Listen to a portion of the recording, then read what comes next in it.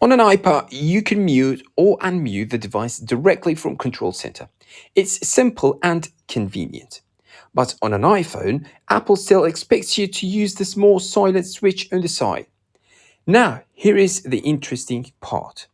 There is actually a smarter way to mute or unmute your iPhone without touching the switch, without opening Control Center, and even when the iPhone is locked.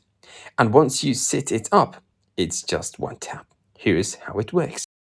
Go to the settings on your iPhone, scroll down and tap Accessibility, then tap Touch and open Assistive Touch.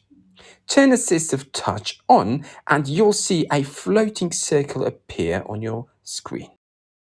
Before we set up the actions, tap on Customize Top Level menu. Here you'll see several icons, but we don't actually need all of them. Tap the minus button until only one icon is left. Now tap that remaining icon and change it to mute. From now on, when you tap the Assistive Touch button, it will instantly mute or unmute your iPhone. So instead of reaching for the small silent switch on the side, you can control silent mode directly from the screen. And the best part is that this button is always accessible. You don't need to open Control Center and it can even work while the iPhone is locked. But we can make this even more powerful. Here you'll see three options: single tap, double tap, and long press. For single tap, it usually says open menu. You can tap it and change it to mute just to make sure the button always controls silent mode. Now, every time you tap that floating button once, your iPhone will switch between silent and sound. Next, tap on double tap and set it to lock screen.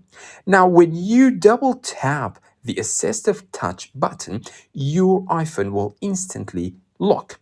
This means you don't have to press the side button every time you want to lock your iPhone, which can actually help your physical buttons last longer over time. And finally, there is long press.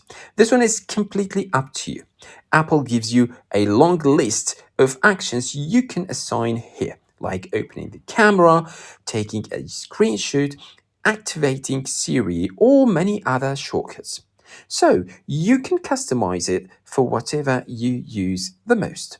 Once you start using Assistive Touch like this, you'll realize it's not just an accessibility feature. It's actually a smart way to control your iPhone faster. Avoid using the physical buttons too much, and even solve problems like a broken silent switch. Try these settings on your iPhone, and you might end up using this little floating button every single day. And if you enjoy learning useful iPhone tips like this, make sure to subscribe to the channel for more smart tricks that make your iPhone even better.